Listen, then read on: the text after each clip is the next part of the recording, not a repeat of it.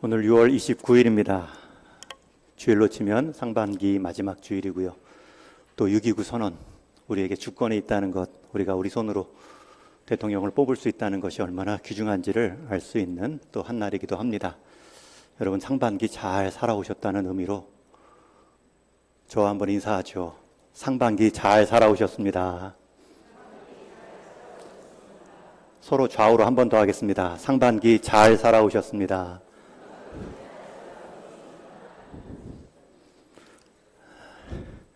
인사하실 때는 눈을 맞추시면서 하셔야죠.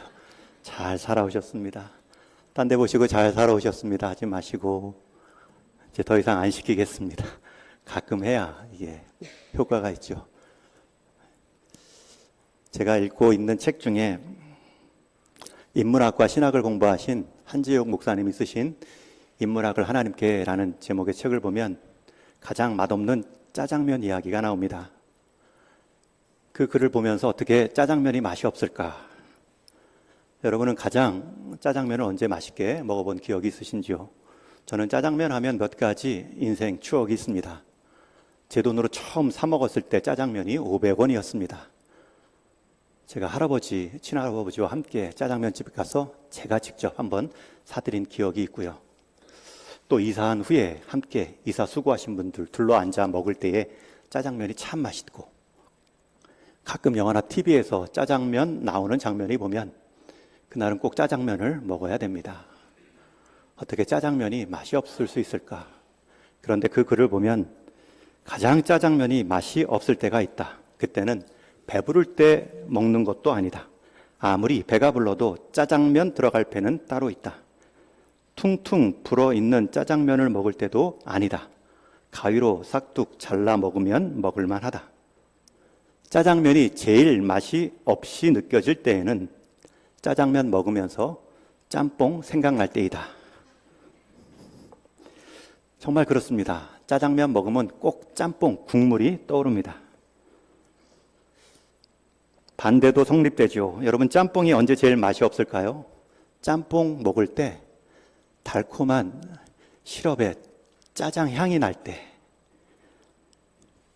가장 짜장면다운 짜장 향이 코를 움직일 때 짬뽕이 맛없게 느껴지죠. 그래서 그 글의 결론은 이렇습니다. 제일 불행한 짜장면은 자기 맛에 대한 자부심을 잊어버리고 짬뽕을 부러워하는 짜장면이다. 어느 시대 어느 곳에서도 우리는 불행한 짜장면, 불행한 짬뽕이 될 수 있다. 여러분 최고 인생 난제가 무엇입니까? 짬뽕이냐 짜장면이냐? 여러분 선택의 길에 서 있을 때 여러분 인생 최고의 난제는 무엇이었습니까? 이 직장인가 저 직장인가? 퇴사해야 되나 계속 다녀야 되나? 결혼을 앞두고 이 사람인가 저 사람인가? 때와 장소에 제한된 우리는 때와 장소, 항상 선택의 갈림길에 있을 때마다 고민합니다. 혹시 내 지금의 모습이 과거의 잘못된 선택의 결과가 아닐까? 내가 오늘 잘못 선택하면 내 미래가 어두워지는 것은 아닐까? 우리는 그런 선택의 불안과 후회감 가운데 살 때가 많습니다. 오늘 말씀은 이 선택에 관한 주제입니다. 특별히 회복에 관한 선택의 중요성을 나눌 것입니다. 오늘 성경 본문에서도 두 사람이 선택하고 있습니다. 함께 읽은 이 창세기 13장은 아브라함과 조카 롯이 가나안 땅에 도착하여 잘 살다가 각자의 가정 가운데 잘 목축하며 살다가 이제 양들이 늘어나자 양떼를 돌보는 목동들이 서로 목초지 싸움, 목초지를 경쟁하고 양들을 먹일 물을 놓고 싸우기 시작합니다. 그때 삼촌 아브라함이 조카 롯을 불러다가 말하죠. 우리가 이렇게 서로 한 가족 가문인데 우리가 양떼들을 위해 싸우는 것은 맞지 않다. 이제는 우리가 서로의 지역을 택하고 그 자리를 존중해 주자. 그리고 나서 말하죠. 앞부분 13장에 보면 너가 먼저 우하면 나는 좌하고 내가 좌를 택하면 나는 우를 택하겠다. 삼촌이 먼저 선택권을 줍니다. 여러분 먼저 선택권을 주는 사람이 큰 사람이죠. 여러분 파이를 가장 공평하게 나누는 방법이 무엇인지 아십니까? 빈대떡을 나눌 때 가장 공평하게 나누는 방법. 먼저 자르는 사람의 내가 자를 권한이 있다면 선택할 권한은 상대에게 주는 것입니다. 내가 자를 권한이 있어요. 권력이 있어요. 근데 그것을 상대에게 어느 쪽을 택할지를 주는 것이 그나마 공정하죠. 지금 아브라함의 입장에서는 그런 마음으로 조카 롯에게 너가 먼저 선택해라. 그 말을 들으면 조카는 당연히 아닙니다. 저를 여기까지 거두어 주신 것도 고마운데 삼촌이 먼저 택하시면 남은 땅 제가 차지하겠습니다. 그럴 만한데 오히려 낼름 이 조카 롯은 자기 땅을 차지하죠. 그가 땅을 선택할 때의 기준이 10절에 나옵니다. 우리 10절 말씀 같이 읽습니다. 시작. 이에 롯이 눈을 들어 요단 지역을 바라본즉 소알까지 온 땅에 물이 넉넉하니 여호와께서 소돔과 고모라를 멸하시기 전이었으므로 여호와의 동산 같고 애굽 땅과 같았더라. 여러분 여기서 누가 눈을 들어 바라보죠? 롯이. 잘 보십시오. 이 구절 굉장히 중요합니다. 우리가 이 실수를 많이 합니다. 너가 먼저 선택해라. 그러자 이에 롯이 눈을 들어 요단 지역을 선택합니다. 왜요? 온 땅에 물이 넉넉하니. 지금 이 롯의 선택 기준은 물입니다. 오늘날로 치면 재물이죠. 오늘날로 치면 자기 생활에 상승을 가져다 주는 물적 토대입니다. 내 생활에 편리를 줄 수 있는 환경입니다. 여러분 근데 이게 왜 중요하냐면 사람은 한번 그 선택 기준을 잡으면 웬만해선 바뀌지 않습니다. 내 생활의 편리가 물에 있구나. 우리 가족의 안전은 재물에 있구나. 내 인생의 안전한 토대는 내 집에 있구나. 계속 그것만 넓히다가 그것만 바라보다가 살아갈 수밖에 없습니다. 떡으로 흥한 사람은 계속 떡만 보입니다. 땅으로 흥한 사람은 계속 땅이 전부인 줄 알죠. 주식에 한번 빠진 사람은 주식이 중독이 됩니다. 로또에 한번 빠진 사람은 줄을 길게 서도 내가 한번 명당자리에서 로또 사야겠다. 여러분 그것이 전부가 아닐 수 있는데 지금 롯은 온 땅에 물이 넉넉하니 그 이어지는 말씀은 두렵지 않습니까? 소돔과 고모라를 멸하시기 전에 여러분 그 땅은 물이 가득한 땅, 목초지가 풍성한 땅이었지만 소돔과 고모라 땅입니다. 그 땅은 나에게만 좋게 보이지 않습니다. 그 땅은 모든 사람에게도 물이 많고 목초지가 풍성한 땅으로 보입니다. 후에 그 지역을 놓고 그 지역의 부족들과 전쟁이 일어나죠. 앞부분에 읽어보면 그 지역에 사는 7절에 가나안 사람도 있고 브리스 사람도 거주하는지라. 여러분 내가 좋게 보이는 것 남도 좋게 보이죠. 그거 얻으려고 싸우다가 결국은 이 롯이 전쟁에 패하고 오히려 가축도 다 빼앗기고 포로로 끌려갑니다.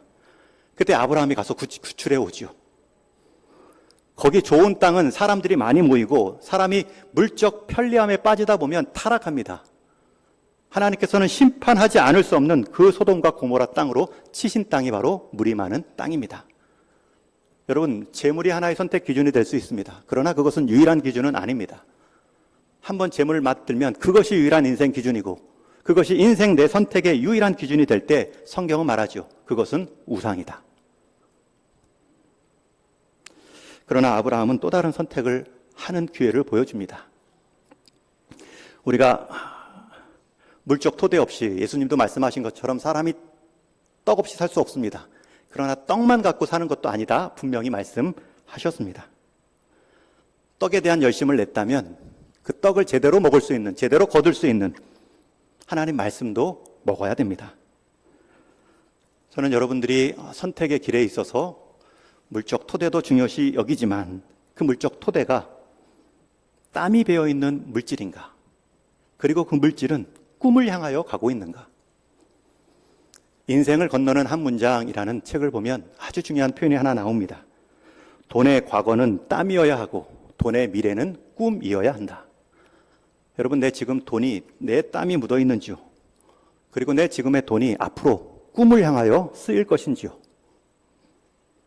우리가 이 말씀을 우리 하나님께서 우리에게 주신 가치로 땀을 내고 수고하는 일이 오늘 내 삶의 토대인지 또 그 돈으로 나만 살피고 나만 배부른 것이 아니라 하나님의 꿈, 하나님의 한 뜻을 이루어가는 일에 쓰임 받을 수 있을 것인가? 여러분 그것들을 훈련받고 넓혀가야 됩니다. 그 과정으로 우리는 재물을 바라봐야 되죠. 그런 의미에 있어서 거창고등학교 우리 전 선생님이라는 교장 선생님이 지은 직업 선택의 10가지 기준은 우리에게 큰 깨우침을 줍니다. 왜 이런 직업 선택의 10가지 계명들을 졸업하는 학생들에게 교훈같이 말했을까? 몇 가지를 소개하면 첫 번째 계명이 월급이 적은 쪽을 택하라. 무슨 말입니까? 월급이 많은 쪽으로 가야죠. 연봉 놓고 협상도 하는데 나다운 대우를 받아야죠. 그런데 이거는 누구도 가르쳐주지 않아도 누구도 그렇게 가기 때문에 그렇게 가는 것이 맞는가? 꼭 그렇게만 가야 되는가라는 도전입니다. 이걸 거꾸로 생각하면 이런 뜻입니다. 월급이 적은 쪽을 택하면 앞으로 그곳에서 일할 때 남은 것은 월급이 오를 일 뿐입니다. 그리고 나는 월급 받고 일하는 것이 아니라 나는 이 일의 가치를 놓고 일한다. 그 가치를 놓고 일하면 월급은 따라오겠죠. 두 번째 계명은 내가 원하는 것이 아니라 나를 필요로 하는 것을 택하라. 내가 원하는 것은 나의 성취이지만 나를 필요로 하는 것에서의 성공은 공동체의 성취입니다. 흔히 말하는 공공재적, 공공의식을 가지고 사는 보람된 일이죠. 이 정도는 약과입니다. 승진의 기회가 없는 것을 택해라. 바꿔서 생각하면 승진의 기회가 없다는 것은 내가 지금 받은 직분이 최고의 승진 자리입니다. 아니 남은 것은 승진할 기회밖에 없겠죠. 더욱이 놀라운 것은 제9계명입니다. 부모나 아내나 약혼자가 결사반대하는 것이면 틀림없다. 의심하지 말고 가라. 여러분 이건 무슨 말입니까? 나를 잘 알고 가장 많이 생각할 가족의 말을 들어야죠. 거기 아닌 것 같다. 그러면 다시 생각해야 되죠. 그러나 거창고등학교 교장 선생님은 말합니다. 가족이 말리면 거기는 분명하다. 여러분 이 9가지 계명은 이것만으로 조금 헷갈립니다. 10번째 계명과 같이 봐야 이해가 됩니다. 10번째 계명은 이렇습니다. 왕관이 아니라 단두대가 있는 곳으로 가라. 이 말은 한마디로 죽으러 가라는 것입니다. 여러분 죽으러 갈 마음이 있으면 남은 건 뭡니까? 사는 길뿐입니다. 직업 선택을 세상 사람의 기준이 아니라 너의 소명의식 따라 가고 그 소명의식에는 누구도 개입할 수 없다. 강력한 세상 사람들의 관성 따라 기준 따라 흘러가는 그 자연스러움을 반하는 도전입니다. 저는 이것이 왜 가치가 있냐면 사람이 택할 때 목초지만 물만 놓고 택하는 것 그게 유일한 것이 아니라는 것입니다. 여러분 이사할 때 무엇을 놓고 기준으로 삼습니까? 집값입니까? 교통입니까? 편리함입니까? 여러분 집 선택할 때 하나님과의 관계를 선정할 때 기준으로 삼습니까? 예배할 수 있는 곳인가? 주변에 예배할 처소가 있는가? 이곳이 하나님을 바라보고 사는 일에 있어서 도움이 되는가? 그런 기준이 있으신가요? 여러분 직장 선택할 때, 배우자 선택할 때 내 삶에 세상 기준으로 목초지가 많다, 물이 많다 그것만 보고 계신지요? 여러분 그 땅이 소돔과 고모라 같은 곳이라면 어떠하시려는지요? 그에 반해서 오늘 아브라함은 또 다른 선택이 있음을 보여줍니다. 지금 아브라함의 입장에서는 사실 선택하는 인생이 아니라 계속 선택된 인생입니다. 하나님께 선택되어서 하나님께서 가라 하신 가나안까지 왔어요. 오고 싶은 땅도 아니었습니다. 와봤더니 함께 있는 조카 롯이 먼저 떠났습니다. 선택권을 줬더니 낼름 받아서 자기가 좋게 보이는 땅으로 갔습니다. 이제 홀로 남았습니다. 허전하고 무척 외롭습니다. 하나님 약속의 땅 와서 지키고 있는데 갈라지고 있는 거예요. 아브라함도 그 상황에서 하나님께서 찾아오십니다. 여러분 이 삶이 얼마나 복됩니까? 계속 하나님이 찾아오는 인생이 있어요. 하나님께서 아브라함에게 찾아오셔서 말씀하십니다. 우리 14절도 같이 읽습니다. 시작. 롯이 아브라함을 떠난 후에 여호와께서 아브라함에게 이르시되 너는 눈을 들어 너 있는 곳에서 북쪽과 남쪽 그리고 동쪽과 서쪽을 바라보라. 여러분 이 말씀은 더 중요합니다. 바라보라. 여러분 저 좀 바라봐 주세요. 주무시면 안 됩니다. 자꾸 저한테 투소가 와요. 자꾸 조시는 분이 계시고 핸드폰 보는 분이 계시고 예배를 관람하는 분이 계셔요. 제가 한 분 한 분 그렇게 찾아가서 말씀드리지 못하지만 여러분들 이 공적인 예배를 책임지고 설교하는 저의 말씀을 들으십시오. 바라보십시오. 저를 좀. 그리고 하나님 말씀을 좀 같이 바라보는데 더 중요한 바라봄입니다. 롯이 바라봤다라는 표현이 방금 위에 나왔잖아요.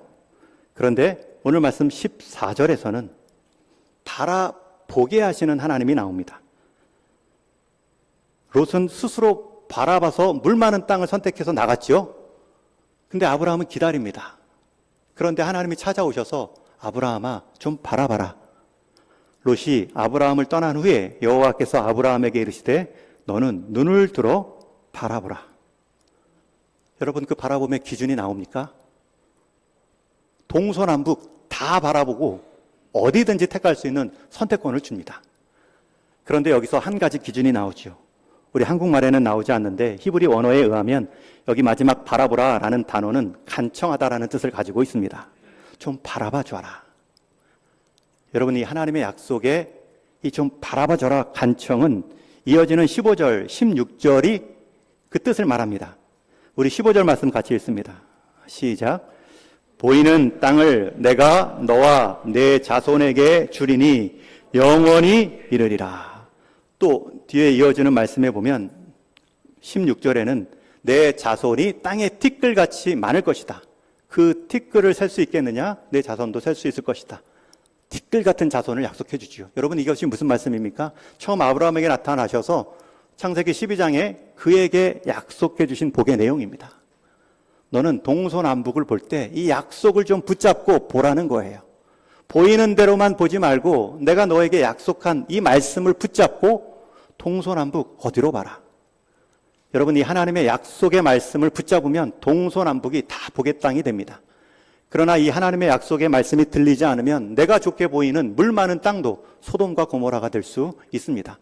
우리의 선택은 내가 기준으로 정한 동서남북 어디일까요? 지금일까요? 저 사람일까요? 저 회사일까요? 만 고민하고 있지만 우리 함께 고민해야 됩니다.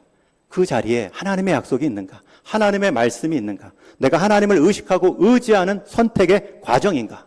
여러분 그것이 있으면 무슨 사업을 하든 무슨 사람을 만나든 무슨 때에 하든 하나님께서 하나님의 일을 이루십니다.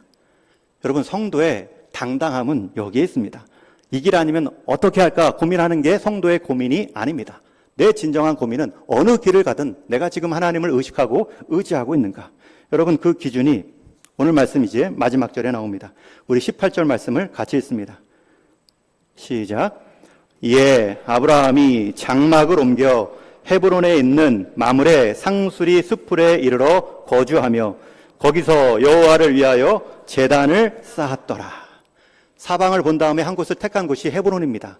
여러분 이 헤브론 땅은 인간적으로 보면 경제적 가치로 보면 몹쓸 땅입니다. 돈 가치가 없는 산지역 고지대입니다. 아브라함이 택한 것은 이 땅이 얼마나 가치가 있을까? 이것이 얼마나 내 경제생활에 도움이 될까라는 그곳에 관심이 있는 게 아닙니다. 물론 우리에게 주신 지식, 의지, 감정을 통해서 우리의 취향을 존중해 주시는 하나님의 선택권을 우리에게 주신 그 선택권을 잘 사용하는 것은 중요합니다. 하나님 믿는다고 아무나 막 사는 것이 아니고 아무 곳에나 막 일하는 게 아니죠. 그러나 그보다 더 중요한 게 있다는 거예요. 지금 아브라함은 인간적으로 선택에 의해서는 좋지 않은 땅을 택했습니다. 이 헤브론의 땅은 고지형 아주 위험합니다. 험합니다. 훗날 아브라함, 이삭, 야곱, 요셉의 때에 다 12아들이 애굽으로 건너가지요. 애굽에서 200만 가까이 티끌과의 땅같이 백성들이 번성하지요. 그리고 약속의 땅 다시 출애굽을 통해 가나안으로 올 때 여러분 가나안 그 땅을 위해 전쟁이 벌어지는데 이 헤브론 지역은 고지대라 얻기도 힘들었습니다. 그런데 아브라함이 그냥 어떻게 가다 보니 그 헤브론 지역 마므레 상수리 숲풀에 거주합니다. 그러나 그의 선택을 보완하는 행동이 하나 있죠. 이어지는 말씀. 거기서 여호와를 위하여 제단을 쌓았더라. 여러분 우리의 이 길이냐 저 길이냐 만큼의 고민을 더 해야 될 것이 이 길이든 저 길이든 내가 지금 하나님을 의식하고 하나님을 예배하는 마음인가? 내 선택 가운데 하나님의 마음이 있는가? 하나님 나라의 유익이 있는가? 여러분 4절 앞에 4절에 보면 그가 처음으로 제단을 쌓은 곳이 쌓은 곳이라 거기서 여호와의 이름을 불렀더라. 아브라함에게 있어서는 옮긴 자리들마다 이 땅이 어떤 땅인가라는 관심보다 옮긴 땅마다 제단을 쌓고 여호와의 이름을 불렀습니다. 여러분, 거기서 복이 시작되는 것입니다. 심지어 우리의 인간적 실수로 잘못된 선택이다 할지라도 그 후에 반응, 우리의 태도를 통해 하나님은 복을 주십니다. 이 잘못 선택한 헤브론 땅도 나중에는 유대의 성읍, 처음 다윗이 왕이 되어서 자기 유대 지파를 다스릴 때 거기에 중심 도시가 헤브론입니다. 여기서 다윗이 견고하게 권력을 쌓은 후에 나중에 12지파를 다 다스리는 예루살렘으로 수도를 옮기죠. 예루살렘의 전초 기지가 바로 헤브론입니다. 여러분, 헤브론이 고지대입니다. 경제적 가치로 보면 가장 후순위입니다. 그러나 그곳에 하나님의 사람이 가서 예배합니다. 하나님을 의식합니다. 의지하고 하나님을 부릅니다. 그곳을 하나님이 성읍 삼아 주십니다. 여러분, 성도의 복은 이렇게 흘러가는 것입니다. 여러분 인생의 선택의 문제는 무엇입니까? 혹시 내가 잘못 선택한 것으로 인해 내 미래가 어두워지지 않을까? 아니, 오늘의 내 이 삶의 모습은 내 과거의 잘못된 선택 때문이 아닐까? 돌아볼 수는 있습니다. 돌아보셔야 됩니다.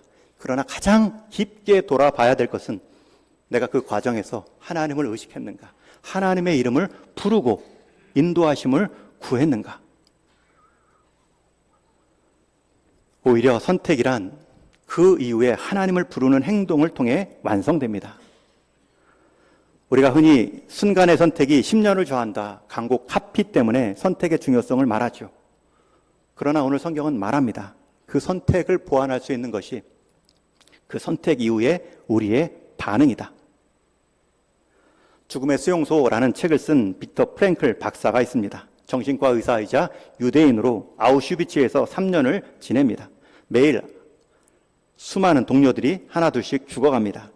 그러나 그는 삶에 대한 마음가짐을 정신과 의사답게 정신줄을 놓지 않습니다. 삶의 의지를 부지런히 다짐합니다. 잔인하게 그를 대했지만 내가 원하지도 않은 이 자리에 와 있지만 내가 그들의 행동에 같이 반응하고 내가 환경에 같이 주눅들지 않고 그들의 행동과 환경은 내가 선택하지 않을지라도 이 환경에서 나의 의지는 내가 선택할 수 있다. 반응만큼은 내가 포기하지 않겠다. 내가 스스로 포기하거나 낙심하지 않겠다. 그리고 나서 쓴 책이 바로 죽음의 수용소라는 책입니다. 내게 주어진 고통은 내가 선택하지 않았지만 그 고통을 대하는 나의 태도는 내가 선택할 수 있다. 여러분, 이 박사는 자기가 원치 않는 상황에서의 선택도 내가 선택함으로 이길 수 있다라고 말하는데 우리의 삶은 대개는 다 내가 선택한 거 아닙니까? 나름대로 내가 선택한 거라고 하면 그 이후의 태도에 대해서도 최선을 다해야 되죠. 내가 그 과정에서도 하나님을 의식하고 하나님의 마음과 뜻을 구하며 한 걸음 한 걸음 더디었다면 그 결과에 대해서도 내가 지금 선택하는 것, 판단하는 것이 아니라 이 일을 통해서 하나님의 일이 있다. 행하실 일이 있다. 하나님을 더 찾자. 여러분, 그러면 그 땅은 고지대가 아니라 유대인의 성읍 헤브론이 되는 것입니다. 하나님은 이렇게 하나님의 백성들을 통해 속한 자리와 관계를 복 주십니다. 이것을 거창고등학교 교장 선생님도 알았던 것 같아요. 나는 너희들이 졸업한 후에 너희들만 잘 살고 너희들만 좋은 대학 가고 너희들만 행복한 인생이 아니라 어두웠던 곳을 가라. 남이 안 가는 곳을 가라. 남이 꺼리는 곳을 너가 좀 가라. 그곳에서 하나님의 사람으로 살아가라. 기독교 사학 교장다운 도전이죠. 하나님은 그곳을 복 주신다. 인생에 여러분 이런 꿈을 가지셔야 됩니다. 선택도 중요하지만 선택 후에 우리의 태도는 더욱 중요합니다. 여러분 한번 따라해 주십시오. 선택은 말 그대로 선택이고 선택 후에 나의 태도는 필수다. 이걸 까먹으시면 안 됩니다. 선택은 선택입니다. 그리고 그 선택은 강요당할 수도 있고 우리의 제한된 지식, 우리의 제한된 공간과 시간이라는 이 환경 가운데 아무래도 연약합니다. 그러나 시간과 공간을 초월하시는 그 하나님을 의식할 때에 우리의 잘못된 순간적인 실수도 잘못된 선택도 하나님은 돌아가는 한 디딤들로 하나님은 우리를 돌아가게 하셨지만 그것이 가장 빠른 지름결이었구나. 깨닫게 하시는 과정으로 사용하십니다. 그래서 선택이란 꼭 어려운 문제가 아닙니다. 하나님 이 길 아니면 어떡해요? 저 길 아니면 어떡해요? 그것을 이길 수 있는 방법은 이 길 저 길 다 아시는 하나님을 선택하는 것입니다. 하나님 이 길 갈까요? 저 길 갈까요? 하나님 제게 좀 말씀해 주시고, 하나님 제게 그러한 길을 함께 갈 사람도 보내주시고, 하나님 그 가치가 옳다라고 말해줄 수 있는 영적 지도자들도, 영적 교제하는 성도들도 함께 기도의 동역자로 세워 주십시오. 하나님은 이 아브라함의 선택에 따라 복 주신 것이 아니라 그가 동서남북 어디로 선택하든 하나님을 기억하고 제단을 쌓는 그의 태도 때문에 그를 복 주셨습니다. 여러분, 삶의 자리가 어디이든 하나님을 예배하는 삶을 놓지 마십시오. 그러면 여러분의 선택은 안전합니다. 돌아가는 것 같지만 결국 가장 빨랐구나 깨달을 때가 있습니다.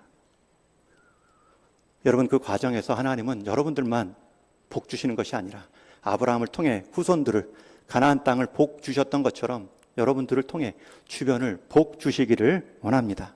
저는 우리 자녀들 기도하실 때 우리 자녀들을 통해 주변이 복받게 하여 주옵소서, 그렇게 기도하셔야 됩니다. 우리 이번 주 다음 세대들을 위해 기도하실 때 자녀들의 진로만을 위해 기도하지 마십시오. 그의 진로가 어떤 진로이든지 하나님 동행해 주시는 진로가 되게 해 주십시오. 여러분, 그 인생이 나중에 결국 옳다 인정함을 받고 웃는 인생이 될 것입니다. 그 길을 한 번의 선택으로 하는 것이 아니라 계속 부모의 자리, 믿음의 선진의 역할을 감당할 때 끝까지 그렇게 기도해 가는 것입니다. 그럴 때 하나님은 주변을 반드시 복 주십니다.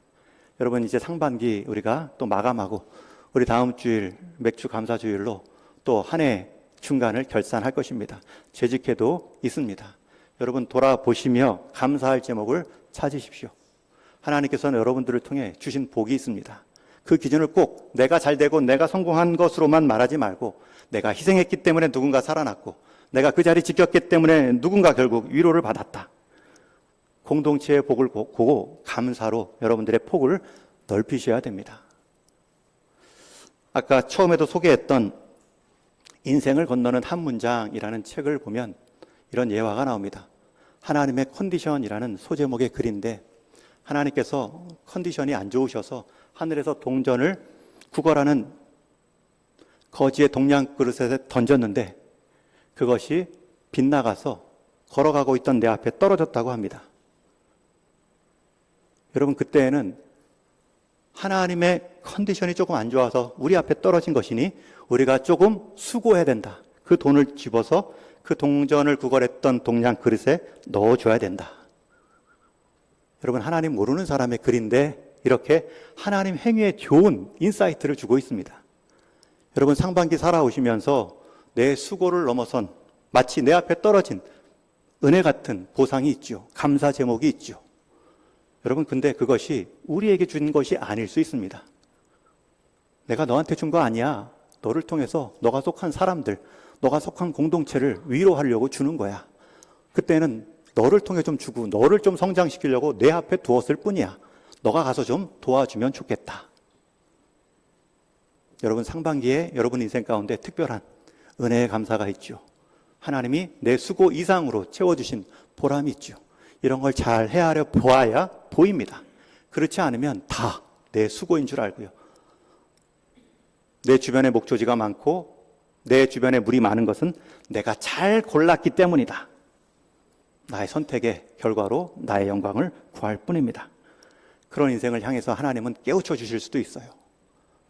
때가 되어서 소돔과 고모라 때에 건져 주실 수도 있지만 함께 망할 수 있는 그 땅을 조심하셔야 됩니다. 여러분 인생 가운데 하나님의 도우심은 계속 이어집니다. 땅의 티끌같이 자녀의 번성, 동서남북 사방을 볼 때에 걷는 그 땅을 내게 주겠다. 여러분, 하나님이 이 약속의 말씀을 잡고 살아가면 이 땅에서 우리의 삶의 선택은 쉬워집니다. 그러나 이것이 보이지 않으면 선택길 앞에 설 때마다 갈등합니다. 이 집입니까? 저 집입니까? 이 주식입니까? 저 주식입니까? 이 사람입니까? 저 사람입니까? 단 한 번도 그것이 유일한 삶의 방법이 아닐 수도 있구나. 이걸 돌아보지 못하고 그냥 그대로 내 선택의 기준 따라 살아가다가 그냥 마무리할 수도 있죠. 아브라함과 조카 롯이 선택의 상황에 따라 하나님의 뜻에 갈림길에 둘 다 섰습니다. 삼촌 아브라함은 내가 원하는 땅을 선택해라. 양보했을 때 조카 롯은 최선을 다해 인간적 선택을 했습니다. 물이 많고 녹초지가 많은 땅을 구했습니다. 비옥한 땅처럼 보였습니다. 최선의 선택인 것 같았습니다. 그러나 그 후의 태도는 중요하지 않았습니다. 그 얻은 땅, 그 얻은 편리함 때문에 소돔과 고모라에 물들어 살아갑니다. 그 땅에서 예배했다, 제단을 쌓았다라는 표현이 안 나옵니다. 그러나 아브라함은 같은 선택의 기준에서 양보했지만, 남은 땅을 구했지만 그 안에서 하나님을 예배하고 의식하는 제단을 쌓는 모습을 놓지 않습니다. 하나님은 그런 고지대 땅도 성읍을 될 만한 땅으로 복을 내려 주셨습니다. 우리가 눈을 들어 정말 눈만 보이는 것으로 선택하며 살면 안 되지요. 오히려 눈을 들어 하나님의 마음을 바라보시고 그분의 성품을 믿고 오늘 내게 주어진 모든 선택의 자리에서 하나님을 의식하고 의지하는 선택을 하게 하옵소서 기도하시면 반드시 하나님은 그 자리에 복 주시고 하나님의 한 뜻을 이루어 가십니다. 여러분 각자를 향한 하나님의 계획과 뜻이 있는데 남의 짜장, 남의 짬뽕 보고 판단 흐릴 일이 아닙니다. 호박이 질근다고 소박되지 않고 수박에 줄을 지운다고 호박되지 않습니다. 수박은 수박의 맛이 있고 호박은 호박의 구수함이 있습니다. 짜장면은 짜장 맛을 내면 되고 짬뽕은 짬뽕 맛을 내면 됩니다. 짜장면이 짬뽕 국물 보고 고개 숙일 필요도 부러워할 필요도 없습니다. 하나님은 내 인생을 통해 내게 복 주실 자리를 통해 내 주변을 새롭게 하시기를 원하십니다. 그 일에 충성스럽게 간다하면 고지대 헤브론도 유대인 수도 성읍으로 변화닿는 은혜가 있습니다. 여러분의 선택 가운데 하나님의 인도하심이 있을 수 있도록 하나님을 의식하고 예배하는 삶의 예배자로 성공할 수 있기를 주님의 이름으로 축원합니다.